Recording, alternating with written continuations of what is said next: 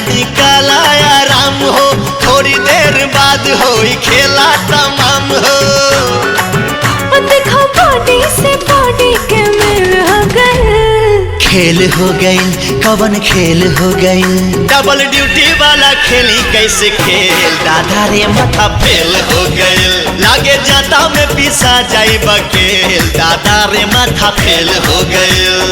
आज हमारे राजा लड़ाला नजरिया, आके समझा तू दिल के भीतरिया। ए रानी मनवा में धीर तनी धारा, बात मान कुछ देर सबर तू करा।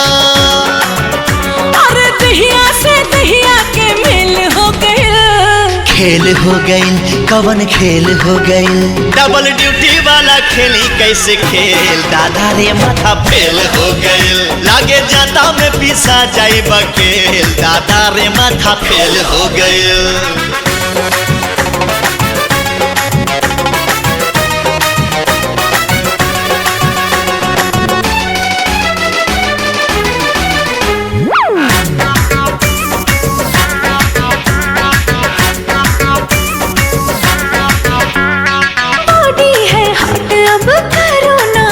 जी इंजन मोहब्बत का करो इसे काट जी।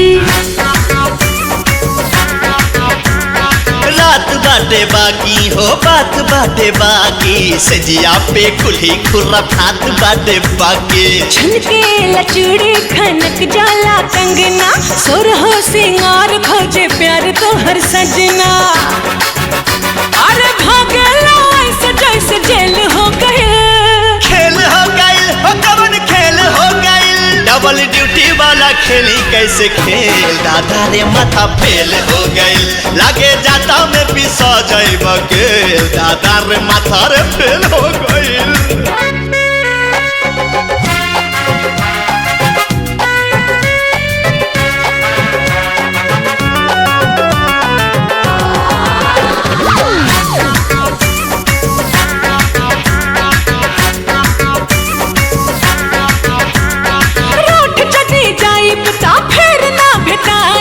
कितनो बोलई बाना कहिया में आईब,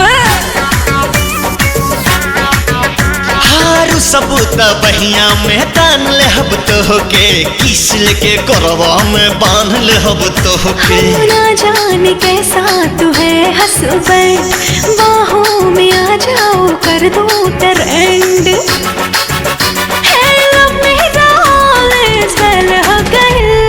खेल हो गई कवन खेल हो गई, डबल ड्यूटी वाला खेली कैसे खेल, दादा रे माथा फेल हो गई, लागे जाता में पिसा जाई बकेल, दादा रे माथा फेल हो गई।